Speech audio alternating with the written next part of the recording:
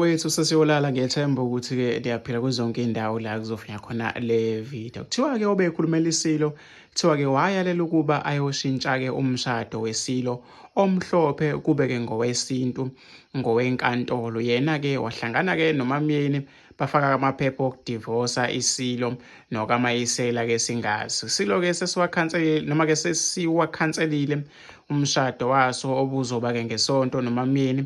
Samxosha-ke nomntwana uSimphiwe obengumkhulumeli waso. Encwadini-ke yokuxosha umntwana sithe-ke iSilo uhlulwa ngumsebenzi we-communication. Izintatheli-ke ziyakhala ngokuthi akatholakali uma kufanele aphawule bese-ke kuphuma izindaba ezingenalo uhlangothi-ke lwaseNdlunkulu. Lokho okulimaza isithunzi-ke sasebukhosini. Izindaba-ke lezi shiya abantu abaningi nemibono yabo ehlukahlukene. Mina ngizofisa ukuthi ngizovula khona nombono wokuthi wena ucabangani-ke nalolu daba. Nangomunye ethi-ke akufani useke wahlafu noma-ke wahlafuna umnax bakithi, mhlampe-ke nama-savings nyana unawo. Nangomunye uthi-ke yilo wengane obese echithwa uma kandlalifa. Ngifisa ukuthi ngizovula khona nombono wokuthi wena ucabanga nalolu daba, hlala lapha ku-comment section.